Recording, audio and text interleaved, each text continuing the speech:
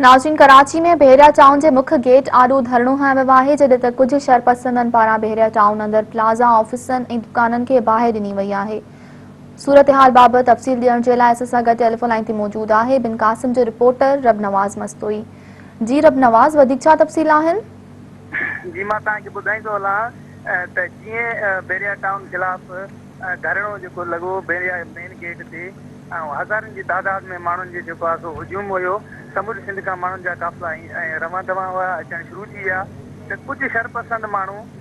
30 खां 40 माण्हुनि जो हिकिड़ो टोलो हुयो ऐं जंहिं जेको आहे सो उतां जो जेको बहरिया टाउन जी जेको हुयो पंहिंजो अंदरि एंट्री गेट जे अंदरि एंट्री कई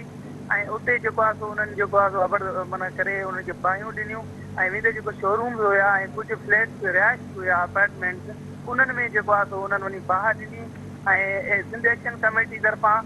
जेको बार बार उन्हनि खे इहो चयो वियो त हीअ जेको आहे शरपसंद माण्हू असामान आहिनि ऐं हुननि खे स्टेज ते बीह करे इहो बि बार बार मना कयो वियो त तव्हां जेको आहे सो वापसि अचो ऐं असांजा जेके कारकुन आहियो त तव्हां वापसि अचो अची जेको आहे सो धरणे में शरीक थियो ऐं असीं पुरमन आहियूं असीं पुरमन तरीक़े सां जेको आहे सो मैसेज था चाहियूं पर उहो शरपसंद हुननि जी हिकु बि न ॿुधी। जीअं बहरिया टाउन जी गेट अंदरि एंट्री वठी अंदरि हलिया विया ऐं उते जेके असां कुझु प्लाट्स अपार्टमेंट्स में हुननि खे बाहियूं ॾिनियूं ऐं शोरूम्स जेके हुया उन्हनि खे बाहियूं ॾिनियूं ऐं जेको आहे गाॾियुनि जो नुक़सानु कयो। उन ते जेको आहे सो पुलिस जे ऐं उन्हनि जो जेको आहे सो शरपसंद में चकरियूं पिणु थियूं ऐं हिते जेको केतिरा ई माण्हू जेको आहे सो शरपसंद गिरफ़्तार पिणु थिया आहिनि। ऐं तव्हांखे मां इहो ई ॿुधाईंदो हलां त ज़िले मलीर जी पूरी जेको आहे सो नफ़री पुलिस पुॼी विया आहिनि ऐं उन्हनि जेको आहे सो